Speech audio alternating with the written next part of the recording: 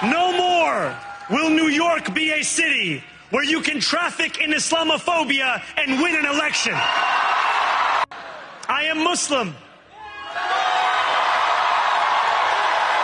I am a democratic socialist. And most damning of all, I refuse to apologize for any of this.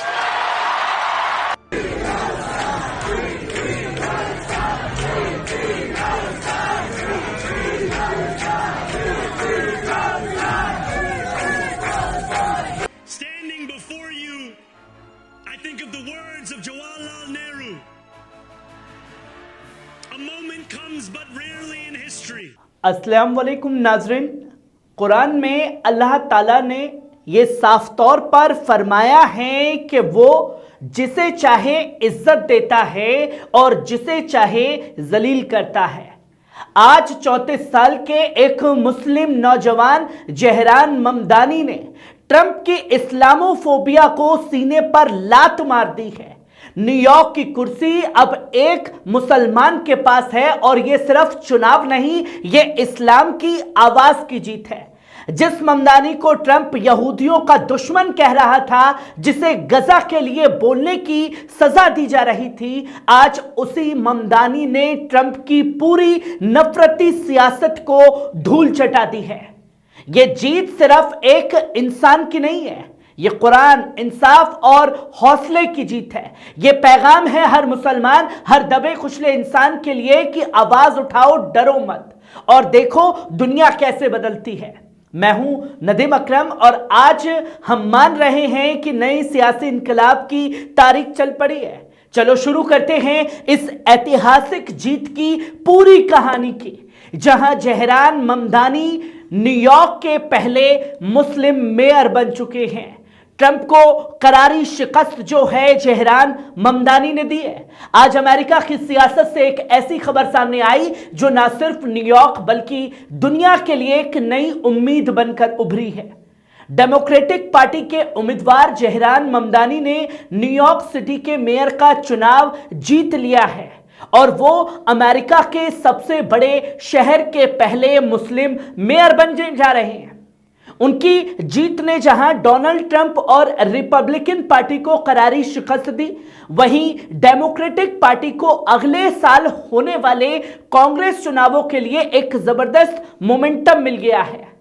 Zahran Mamdani का जीत का ऐलान जहरान ममदानी ने अपनी जीत का ऐलान एक जज्बाती स्पीच के जरिए किया। दोस्तों, उन्होंने साफ तौर पर कहा, आप सबने मुझे बदलाव का मैंडेट दिया है, मैं न्यूयॉर्क को बेहतर बनाऊंगा सबके लिए। ममदानी ने अपने खिताब में मजदूरों, माइग्रेंट्स और हर नस्ल के लोगों का शुक्रिया अदा किया है जिन्होंने इस शहर को जिंदा रखा, लेकिन जिनकी आवाजें अक्सर नजरअंदाज कर दी गई, दबा दी गई। राजनीतिक अदावत और हिम्मत का एक बड़ा पैगाम दिया है। याद रहे, ममदानी को पिछले कुछ सालों में इजराइल की पॉलिसी के खिलाफ बयान देने के चलते अक्सर निशाना बनाया जा रहा था, खासकर गजा पर जारी जंग को लेकर के, मगर उन्होंने कभी अपने स्टैंड से पीछे हटने का नाम नहीं लिया। दोस्तों, उनकी हिम्मत और साफागोई ही उन्हें आज यहां तक लेकर के आई है। जहरान ममदानी को 50.4% वोट मिले। उनके रिपब्लिकन प्रतिद्वंदी कर्टिस स्लीवा को सिर्फ 41.3 वोट मिले। ममदानी को अपने प्रतिद्वंदियों पर 1 लाख से ज्यादा वोटों की बढ़त मिली है और यह एक इतिहास है दोस्तों, अमेरिका के इतिहास में भी। अमेरिका में दशकों बाद न्यूयॉर्क सिटी में इलेक्शन में इतनी भारी वोटिंग देखी गई। न्यू जर्सी और वर्जीनिया में भी डेमोक्रेट की जीत हुई है और न्यूयॉर्क ही नहीं, न्यू जर्सी में मिकी शेरिल और वर्जीनिया में एब्लिक ने गवर्नर के तौर पर शानदार जीत दर्ज की है। स्नेपबर्गर ने जो इतिहास ही बना दिया, वो वर्जीनिया की पहली महिला गवर्नर बन गई हैं। डेमोक्रेट की यह जीत ऐसे वक्त पर आई है जब अंदरूनी मतभेदों से जूझ रही थी। डोनाल्ड ट्रंप ने हार के बाद सोशल मीडिया पर एक बयान जारी कर कहा, मेरे नाम के ना होने और सरकारी शटडाउन की वजह से हमें हार मिली है, लेकिन हकीकत यह है कि अमेरिकी अवाम ने ट्रंप की सख्ती, नफरत और व्यवस्था को पूरी तरह ठुकरा दिया। सीनेट लीडर चक शूमर ने साफ तौर पर कहा, यह नतीजे ट्रंप की एजेंडा को साफ इनकार करते हैं, जबकि बर्नी सैंडर्स ने ममदानी की जीत को अमेरिकी तारीख की सबसे बड़ी सियासी चौंकाने वाली जीत बताया। दोस्तों, क्यों यह जीत खास है? क्योंकि डोनाल्ड ट्रंप ने किस तरीके से गजा के लोगों के ऊपर बम बरसाए, उसका तमाम विरोधी पार्टियां विरोध कर रही थी कि यह गलत हो रहा है, डोनाल्ड ट्रंप को रुकना चाहिए। जो विरोध करता चला गया और किस तरीके से मीडिया को हथियार बना करके जहरान ममदानी के खिलाफ, चाहे इंटरनेशनल मीडिया हो, इजरायली मीडिया हो या अमेरिकी मीडिया, वो खुल करके जहर उगल रहे थे। बताया जा रहा था कि साहब देखिए, हमास के सपोर्टर हैं, ये लोग जो हैं यहूदी विरोधी हैं। ये सारे प्रोपेगेंडे जो हैं न्यूयॉर्क चुनाव में फेल हो गए और औंधे मुगिरी है डोनाल्ड ट्रंप की यह सियासत। 1-2 वोटों से नहीं, 10-20 हजार वोटों से नहीं, पूरे 1 लाख वोटों से डोनाल्ड ट्रंप के प्रतिद्वंदी को हराया है जहरान ममदानी ने, जिसमें यह इतिहास रचा है। अमेरिकी सियासत एक नाजुक मोड़ पर थी, जहां न्यूयॉर्क, न्यू जर्सी और वर्जीनिया में हो रहे महत्वपूर्ण चुनाव पर न सिर्फ लोकल पॉलिटिक्स दिशा तय कर रही थी, बल्कि 2024 के कांग्रेस मिडटर्म इलेक्शंस का रुख भी तय कर रही थी। और इस पूरे सियासी माहौल में एक नाम सबसे ज्यादा गूंज रहा था, वो था जहरान ममदानी। ममदानी का संघर्ष नस्ल, मजहब और सियासी हमला तक झेला जहरान ममदानी ने। इजराइल की नीतियों की मुखालफत और गजा पर हमलों की निंदा के कारण निशाना बनाया गया। अब कई बार ऐसा होता है दोस्तों कि जो लीडर चुनावी मैदान में होता है, उसे किसी मुद्दे के लिए घेर लिया जाए तो वो उस बयान से बचता हुआ नजर आता है कि मुझे ये नहीं देना है ताकि और लोग नाराज ना हो जाए, मुझे वोट ना पड़े। पर जहरान ममदानी ने इस किसी भी बात की परवाह नहीं की, वो अपने स्टैंड पर कायम रहे। जहां डोनाल्ड ट्रंप के प्रतिद्वंदी ने यहां तक कह दिया कि किसी मुस्लिम को एक्सेप्ट न्यूयॉर्क के लोग नहीं करेंगे, अगर न्यूयॉर्क के लोग एक्सेप्ट करेंगे तो इन्हें अपनी पूरी तरीके से मुस्लिम वाली छवि हटानी पड़ेगी।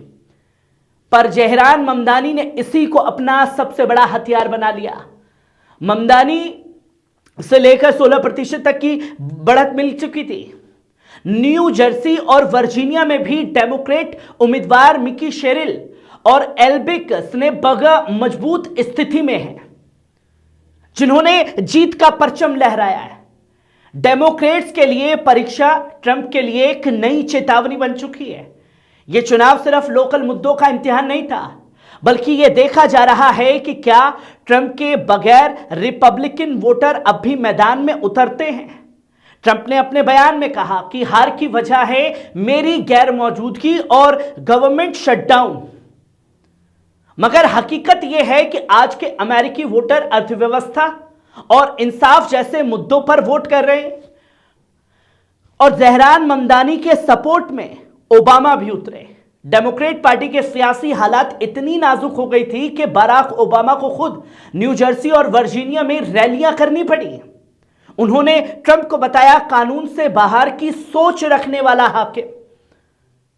वहीं कैलिफोर्निया में भी बड़ा दाव खेला गया। कैलिफोर्निया में वोटर ये तय कर रहे थे कि क्या डेमोक्रेट पार्टी को यह हक दिया जाए कि वो कांग्रेस की सीटों की सीमा दोबारा तय करे, जो पूरे देश में सीटों की तादाद और सत्ता के संतुलन पर असर डालेगा। यहां जहरान ममदानी ने अपने वोट डालने के बाद क्या कहा था? उन्होंने साफ तौर पर कहा कि हम एक नई सियासत की तरफ बढ़ रहे हैं और गुजरे हुए वक्त की तंग सोच को अलविदा कहने जा रहे हैं। उनकी बीवी रामादोसी उनके साथ थी और उनके इलाके अस्टोरिया क्वींस में भी भारी समर्थन देखा गया था। दोस्तों, यह एक इतिहास रच दिया है, ना कि गजा के लिए भी एक बड़ी जीत है। और साथ ही साथ जहरान ममदानी और इस्लामोफोबिया जो फैलाने की लगातार इजराइल और अमेरिका द्वारा कोशिश की जाती है, यह उनके मुंह पर एक करारा तमाचा है। कैसी लगी खबर? कमेंट बॉक्स में आकर के अपनी राय जरूर दीजिएगा। शुक्रिया।